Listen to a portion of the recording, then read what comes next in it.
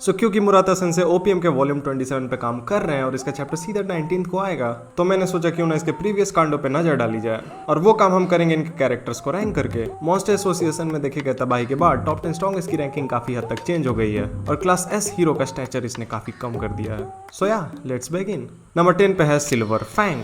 Bang अब retire हो चुका है और यंग बैंग कैसा था हमें नहीं पता, हमें जो पता है वो है बैडस एज्ड बैंग, जिसने सिंगल हैंडेडली वॉमिटेड अगली को पेला, साथ ही गौरव के साथ फाइट ऑलमोस्ट ड्रॉ थी उसकी, विच इंस्पायर्ड इवन बॉम्ब, वही बंदा जिसने यंग बैंग को इंस्पायर किया था। नंबर 9 पे है फ्लैशी फ्लैश। ये बंदा काफी ज्यादा ओवरपावर्ड है, ये अपने को पहले से पता था, लेकिन क्योंकि फ्लैशी फ्लैश के काम सीक्रेटली हुआ करते थे तो हमें इसके कारनामे ज्यादा दिखाए नहीं जाते, लेकिन इस आर्क में हमने देखा why he is called Flashy Flash. ये बंदा दो स्ट्रॉन्गेस्ट बंदों के साथ एक ट्रिपल थ्रेट फाइट में था और काफी अच्छी खासी टक्कर दी थी इसने।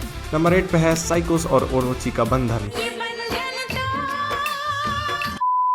इन दोनों का मर्जर काफी डिस्ट्रक्शन वाला था, इसके अटैक्स पूरे ओशियन और अर्थ को अफेक्ट कर रहे थे और तात्सुमाकी को छोड़कर शायद उस टाइम इसे बैटलफील्ड पे कोई हरा भी नहीं सकता।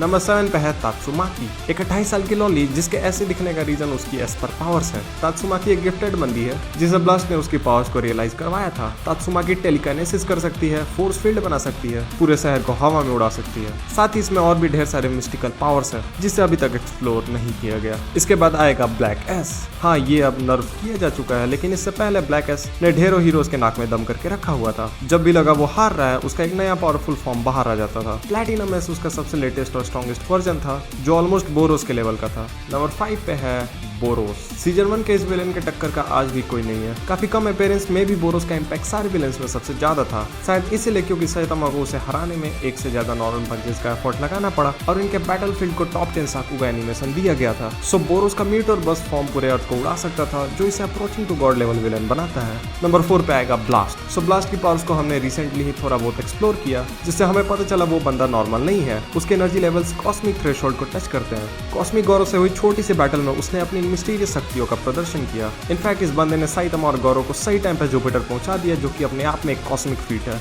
एंड आई होप ब्लास्ट को सीरियसली जल्दी से ओपीएम की कंटिन्यूटी में वापस लाया जाए। खैर अब बारी है उसके बेटे की, यानी कि आई गेस। तो हम आ चुके हैं नंबर 3 पे और यहाँ से तीनों पोजीशन अब शायद ही चेंज होने वाली है। कॉस्मिक गौरव भले ही एक टेम्पोररी फेज हो, फिर भी जो कारनामे उसने हमें करके दिखाए वो किसी भी वंडर से कम नहीं थे। And with that Murata went all out. एक बैटल मांगा में की गई फाइटिंग का पीक अपने को इस सागा के एंड में देखने को मिला, all because of this cosmic Gaurav. Well ये गौरव साइडली मर चुका और करंट टाइमलाइन वाला गौरव दूसरा है। सो साइतामा नंबर 1 पे नहीं है, आई थिंक अब उसकी जगह छीनी जा चुकी है, बट यू नेवर नो, अभी के लिए साइतामा नंबर 2 पे होगा। कॉस्मिक गौरव से हुए फाइट में हमने पीक साइतामा को देखा। वो सिर्फ मुक्के मारने वाला बंदा नहीं है, वो एक्चुअली में लड़ सकता है, स्ट्रेटेजी बना सकता है, अपने इन्वायरमेंट को एज ए बैटलफील्ड यूज कर सकता है। साइतामा अब कितना स्ट्रॉन्ग है वी डोंट रियली नो, क्योंकि उसकी पावर्स इन्फिनिटी तो है, लेकिन उसे अपने तगड़े ओपोनेंट्स के जरिए एक्सप्लोर करना होगा और जैसे जैसे उसे टक्कर मिलती जाएगी वो और ज्यादा पावरफुल होता जाएगा। एंड आखिरी यानी नंबर 1 पे आएगा गॉड, एलिजेडली इस सीरीज का मेन विलन, जो अर्थ पे कुछ बंदों को तबाही मचाने के लिए पावर्स देकर चला जाता है।